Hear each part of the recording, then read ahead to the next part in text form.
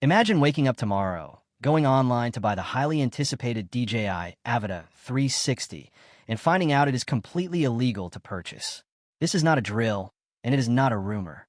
The brand new DJI Avata 360, which was supposed to hit the shelves this March, has just been hit with a massive roadblock.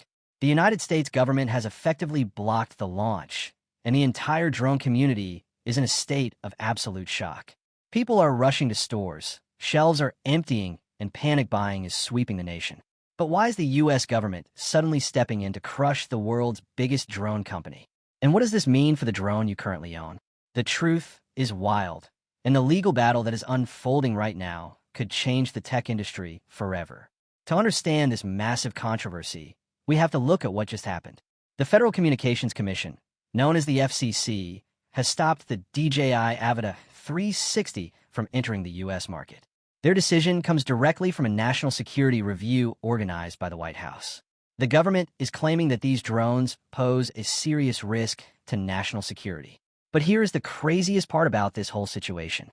That national security review has never been made public.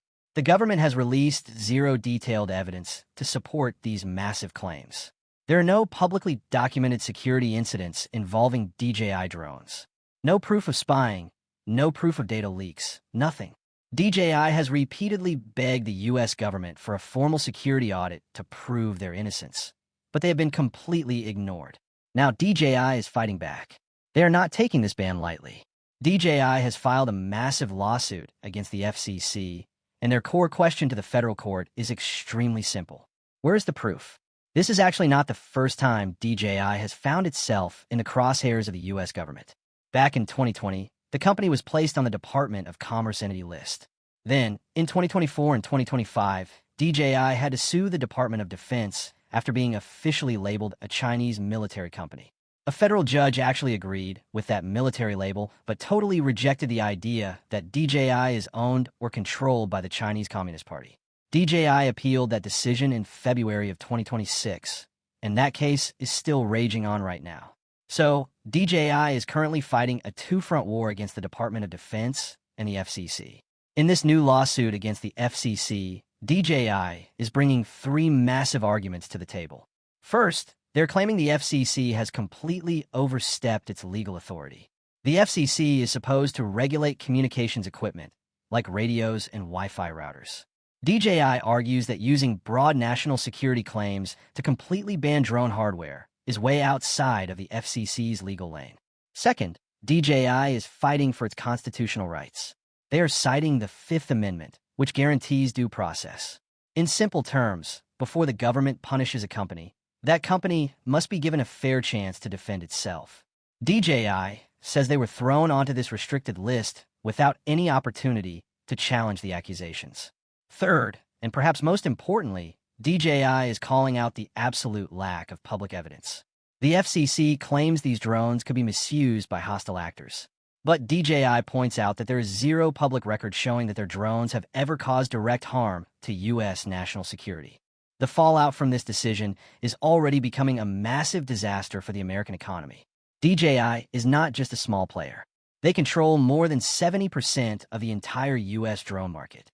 This goes way beyond hobbyists taking cool videos on vacation.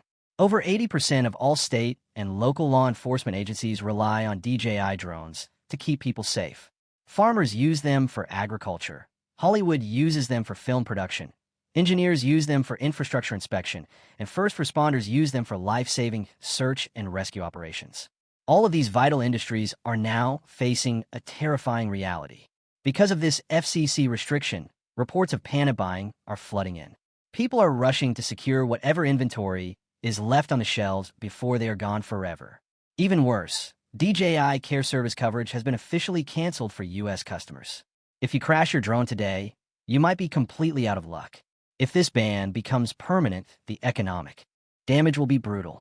The United States simply does not have a domestic drone manufacturing industry strong enough to replace DJI right now. Building that infrastructure would take years, if not decades. In the meantime, drone prices will skyrocket, your choices as a consumer will shrink, and businesses that rely on this technology could easily go bankrupt. The Chinese government has naturally stepped in, heavily criticizing the decision. They're suggesting that this has nothing to do with real security threats and everything to do with the U.S. trying to artificially eliminate a major global competitor. Right now, the entire case is sitting in the Ninth Circuit Court, and there are two possible outcomes.